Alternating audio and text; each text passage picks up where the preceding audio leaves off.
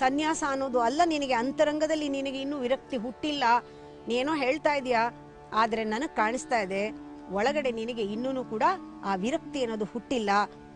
ಆಗ ನೀನಿವಾಗ ಕ್ಷತ್ರಿಯ, ನೀನು ಸನ್ಯಾಸಕ್ಕೆ ಕೈ ಹಾಕಬೇಡ. ಒಳಗಡೆಯಿಂದ ಕರೆಕ್ಟಾಗಿ you know what you need to know at this particular moment. ಪ್ರತಿ ಕ್ಷಣವೂ ಆ ಘಳಿಗೆನಲ್ಲಿ ನಿನಗೇನು ಬೇಕೋ ಆ ಜ್ಞಾನ ಸ್ವರೂಪ ಗುರು ಸ್ವರೂಪ ಜ್ಞಾನ ಆ ರೀತಿ ಬೆಳಕಿನ ಸ್ವರೂಪವಾಗಿ ನಿನಗೆ ಸ್ಪಷ್ಟವಾಗಿ ಗೋಚರವಾಗುತ್ತೆ. ನೀನು ಆ ಕೆಲಸವನ್ನು ಮಾಡ್ತೀಯಾ. ಆ ಸ್ವಧರ್ಮ ಅನ್ನೋದು ಅಲ್ಲಿಂದ ಬರಬೇಕು. ಶ್ರೇಯ ಸ್ವಧರ್ಮೋ ವಿಗುಣ ಪರಧರ್ಮಾತ್ಸ ಅನುಷ್ಠತಾತ್ ಸ್ವಧರ್ಮೇ ನಿಧನಂ ಶ್ರೇಯ ಪರಧರ್ಮೋ ಭಯಾವಹ. ಪ್ರಕೃತಿ ಒಂದೊಂದು ಜೀವಿಯಲ್ಲೂ ಒಂದೊಂದು ರೀತಿ ಪ್ರಕೃತಿ ಇರುತ್ತೆ. ಈ ಪ್ರಕೃತಿ ಒಳಗಡೆ ಅವರ ಸಹಜ ಪ್ರಕೃತಿ ಏನಿದೆ ಅದು ತುಂಬಾ ಬಲವಾದ ಪ್ರಕೃತಿ. ಅದು ಎಲ್ಲರಲ್ಲೂ ಇದೆ. ಅದು ಹೊರಗಡೆ ಬರಕ್ಕೆ ಅದು ಕಾಯ್ತಾ ಇದೆ. ಅಂದ್ರೆ ನಮ್ಮ ಜನ್ಮಾಂತರದ ಮಾಯೆ ಇನ್ನೆಷ್ಟು ಬಲ ಇರ್ಬೋದು, ಅದನ್ನ ಬರದೇ ಇರೋ ಹಾಗೆ ಅಡ್ಡ ಹಾಕಿದ್ರೆ ಎಷ್ಟೋ ಜನಕ್ಕೆ ಒಳಗಡೆ ಮಾಡಬೇಕು ಅನ್ನೋದಿದೆ, ಆದ್ರೆ ಮಾಡಕ್ ಆಗ್ತಾ ಇಲ್ಲ. ಈ ಹೊರಗಡೆದು ಬಂಧನ ಎಷ್ಟಿರುತ್ತೆ ಅವರಿಗೆ ಅಂದ್ರೆ ಒಳಗಡೆಯಿಂದ ಒಂದು ಪ್ರೇರಣೆ ಬಂದ್ರು ಕೂಡ ಮಾಡಕ್ ಆಗ್ತಿಲ್ಲ. ಇದು ತುಂಬಾ ಹಿಂಸೆ ಆಗುತ್ತೆ. ಏನು ಹೊರಗಡೆಯಿಂದ ಮಾಡಿದ್ರು ಸಮಾಧಾನ ಆಗ್ತಾ ಇಲ್ಲ, ನನ್ಗೇನ್ ಬೇಕು ಅಂತ ಗೊತ್ತಾಗ್ತಿಲ್ಲ. ಈ ತರ ಎಷ್ಟೋ ಜನ ಬರ್ತಾರೆ. ಆವಾಗ ನಾನು ಅವ್ರಿಗೆಲ್ಲ ಸಜೆಸ್ಟ್ ಮಾಡೋದು ಇಷ್ಟೇನೆ, ಏನ್ ಮಾಡ್ತಾ ಇದ್ರಿಲ್ಲ ಅದು ಆಸಕ್ತಿ ಇಲ್ದ್ರೆ ಸ್ವಲ್ಪ ದಿನ ಬಿಟ್ಬಿಡಿ, ಅಥವಾ ಮಾಡೋದ್ರಲ್ಲೇನೆ ಸ್ವಲ್ಪ ಅದನ್ನ ಮಾಡುವಾಗ ಸ್ವಲ್ಪ ಗಮನ ಇಟ್ಟು ಮಾಡಿ, ಮಾಡ್ಲೇಬೇಕಾದನ್ನ ಖುಷಿ ಪಟ್ಕೊಂಡು ಮಾಡಿ. ಆದ್ರೆ ಪ್ರತಿನಿತ್ಯವೂ ಕೂಡ ಒಂದ್ ಸ್ವಲ್ಪ ನೀವು ಧ್ಯಾನ ಮಾಡಿದ್ರೆ ಎಲ್ಲದಕ್ಕೂ ನಿಮ್ಗೆ ಉತ್ತರ ಸಿಗುತ್ತೆ. ಧ್ಯಾನ ಮಾಡಿದ್ರೇನೆ ನಿಮ್ಮ ಪ್ರಶ್ನೆಗೆ ನಿಮಗೆ ಉತ್ತರ ಸಿಗುತ್ತೆ. ಎಷ್ಟೋ ಜನ with lot of authentic questions ಬಂದಿರ್ತಾರೆ, ಪ್ರಶ್ನೆ ಕೇಳಬೇಕು ಅಂತ ಲಿಸ್ಟ್ ಹಾಕೊಂಡು. ಆದ್ರೆ ಕೇಳ್ತಾ ಕೇಳ್ತಾ ದಿನಾಗ್ಲೂ ನನಗೆಲ್ಲದಕ್ಕೂ ಉತ್ತರ ಸಿಕ್ತು ಅಂತ ಹೇಳಿ ಹೋಗ್ತಾರೆ.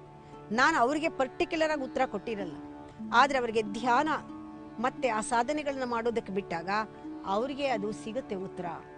ಯಾವತ್ತೂ ತಿಳ್ಕೊಳ್ಳಿ, ಪ್ರಶ್ನೆ ಎದ್ದಾಗ ಪ್ರಶ್ನೆಯ ಗರ್ಭದಲ್ಲಿ ಉತ್ತರ ಇರುತ್ತೆ. ನಿಜವಾದ ಪ್ರಶ್ನೆಗಳು ಉತ್ತರವನ್ನ ಹೊಂದಿರುತ್ತೆ. Tail of the question is the answer ಅಂತ. ಆದ್ರೆ ಗುರು ಉತ್ತರ ಕೊಡೋದಿಲ್ಲ, ಆ ಪ್ರಶ್ನೆ ಒಳಗಿನ ಆ ಗರ್ಭದಲ್ಲಿರೋ ಉತ್ತರ ಸಿಗೋ ಹಾಗೆ ಮಾಡ್ತಾನೆ.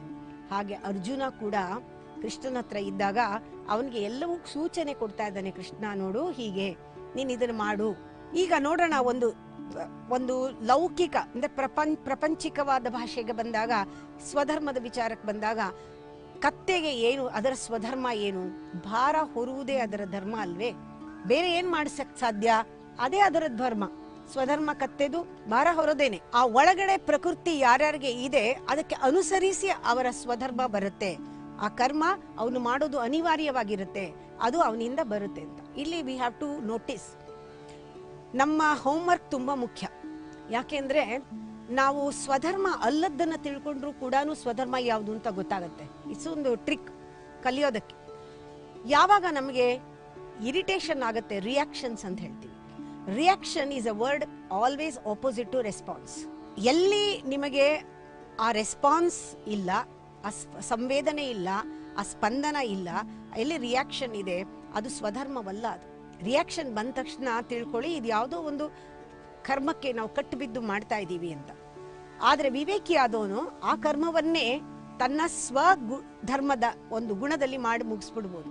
ಯಾಕೆಂದ್ರೆ ಇಲ್ಲಿ ಮತ್ತೆ ಕರ್ಮ ಇಸ್ ನಾಟ್ ದಿ ಇಂಪಾರ್ಟೆಂಟ್.